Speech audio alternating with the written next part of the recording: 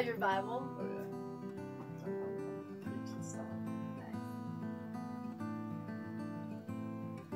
We live in a broken world, in a world that so frequently displays selfishness, hostility, and darkness. It is great to see the light that goodness can show in a dark world. Wilson was one of those lights. At a family Christmas party, family and friends gather, and Wilson is the guest of honor. Wilson's sacrifice allowed us to become closer as a family. Sacrifice of self is something that is rare in this world, but it helps people every day. In Matthew 25, his master replied, "Well done, good and faithful servant. You have been faithful with a few things, and I will put you in charge of many things. Come and share your master's happiness."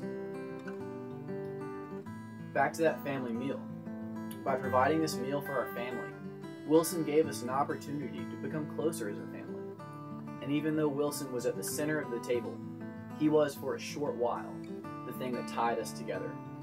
Wilson's sacrifice showed us love.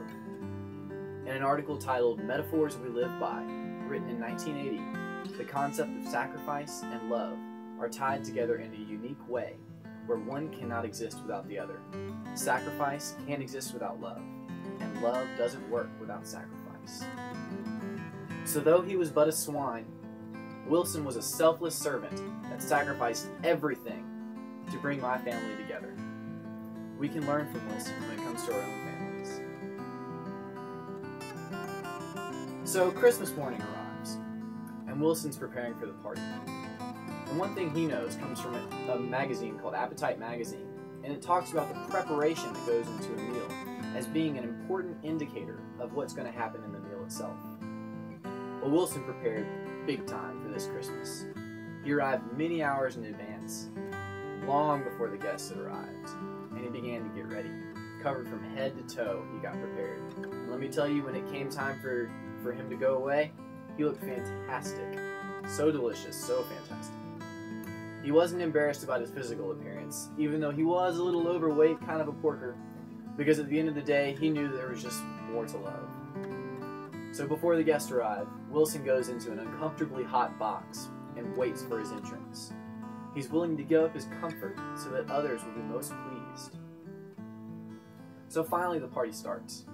People socialize, family gets together, and the Journal of Nutrition, a nutritional education, published an article that talks about these family gatherings, talks about these large family gatherings, and how a healthy family is centered around these large family gatherings. Well, Wilson was very familiar with that idea. So soon, people began to gather around Wilson's box, and Wilson was really ready to come out. He'd been in the box for about 6 hours now, and he was itching to get out, itching to get to that party. So finally, Wilson's brought out of his box, and everyone's just taken back by how great he looks. And all this finally came together in one moment, the prayer. Wilson was sat at the center of the table, and we gathered around, held hands, and bowed our heads. It's quite a scene with a diverse family as we have. Tall people, short people, skinny people, and fat people. Lawyers, posers, hippies, bikers, construction workers, dancers, college students, parents, children, lovers, and friends. All gathered and holding one another's hands. Wilson gave the ultimate sacrifice so that we could get together as a family for a short minute, hold hands, and celebrate what we know is great. Out of Wilson's sacrifice, I learned something, and I think everyone else did too. That without sacrifice, there can be no love, there can be no together, and there can be no family. But if we're willing to sacrifice, we can do things much greater than ourselves. So finally, Wilson was just a pig. He was but a pig, and he showed us things so big as sacrifice and love. So we need to follow Wilson's example and focus on one another. And by doing that, we can create a world that is full of love. In Leanne Womack's song, "I Hope You Dance," she says, "Loving might be a mistake, but it's worth making. Don't let someone hell-bent heart leave you bitter. When you come close to selling out, reconsider. Give the heavens above more than just a passing glance. And when you get the choice to sit it out or dance, I hope you dance. I hope you dance."